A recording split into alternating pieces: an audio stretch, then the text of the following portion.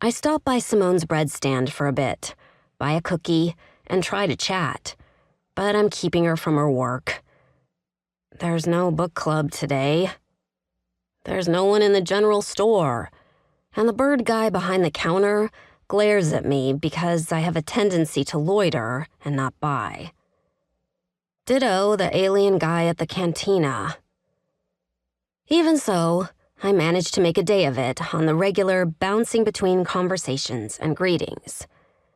It's feeding my hunger for company in drips and drabs. It's enough, at least until sundown. Then I head home and sit in silence. I hate nights, hate them so much. The hours drag past with painful slowness, and every night I find myself wishing that the sun would come up again so I can leave. My home no longer feels like home, but a prison. Another aquarium I'm being kept in. A protected environment designed to keep me comfortable, but not content. There's no one to talk to at night.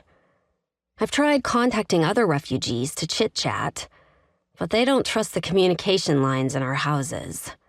Like, they're afraid that someone will listen in and realize where they are and snatch them again. Valid.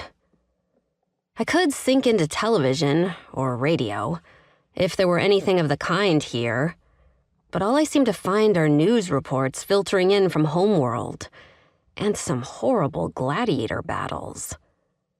The only book I've managed to borrow is a Nancy Drew hardback for kids, The Secret of the Old Clock. I've read it twice now, and frankly, Scooby-Doo has Nancy beat in the mystery-solving department. I'm not sleeping either. I've had insomnia ever since I was kidnapped from Earth, and it just makes the hours longer. So I sit and wait for dawn. I play solitaire with myself. I clean house. I scrub the baseboards with a toothbrush. I lie flat on my back and stare up at the ceiling, miserable and trapped until sunrise. It's awful, I tell Simone the next morning when I'm the first one at the bread stand. I buy a biscuit, dry, and some sort of breakfast pastry. Also dry, but I don't care. I thought I'd be so happy to be here and free instead of in some glass cage like a pet lizard. But it's making me crazy.